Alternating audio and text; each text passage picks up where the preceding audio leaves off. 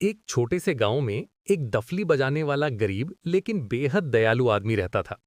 उसकी आर्थिक हालत भले ही कमजोर थी, लेकिन उसका दिल बहुत बड़ा था।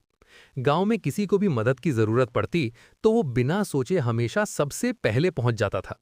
इसी वजह से गांव के सभी लोग उसे बहुत प्यार और सम्मान देते थे। उसके दो छोटे बच्चे थे, एक बेटा सिद्धेश्वर और एक बेटी आरती। आरती पढ़ाई में बहुत होशियार थी। उसका सपना था कि वो आगे पढ़कर कुछ बड़ा बने और अपने परिवार की गरीबी दूर करे। वहीं सिद्धेश्वर पढ़ाई के साथ साथ अपने पिता का हाथ बटाने के लिए छोटे मोटे फल बेचकर घर चलाने में मदद करता था।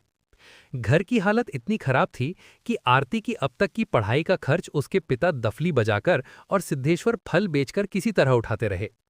समय बीता। आरती ने 12वीं कक्षा अच्छे अंकों से पास कर ली। अब वो आगे पढ़ाई करना चाहती थी, लेकिन इस बार उसके पिता के पास फीस भरने के लिए पैसे नहीं थे। उस रात पिता चुपचाप घर के पीछे वाले सुनसान जंगल में जाकर बैठ गए। आसमान की तरफ देखते हुए उनकी आंखों से आंसू बहने लगे।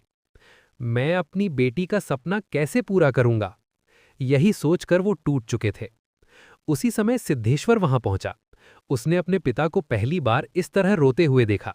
उसकी आंखों से भी आंसू निकल पड़े। वो पिता के पास जाकर बोला, पापा, आप चिंता मत करो, हम दोनों मिलकर सब संभाल लेंगे। मैं फल बेचने के साथ मजदूरी भी करूंगा, दीदी की पढ़ाई नहीं रोकेगी। ये सुनकर पिता अपने बेटे को गले लगाकर फूट फूट कर रो पड़े। लेकिन उन्हें पता नहीं था, दूर खड़े गांव के मुखिया ये सब देख चुके थे। अगले दिन गांव के मुखिया ने सभी गांव वालों को बड़े पेड़ के नीचे बुलाया। जब सब इकट्ठा हुए तो मुखिया ने दफली वाले की हालत और उसकी बेटी के सपनों के बारे में सबको बताया। कुछ ही पलों में पूरा गांव एकजुट हो गया।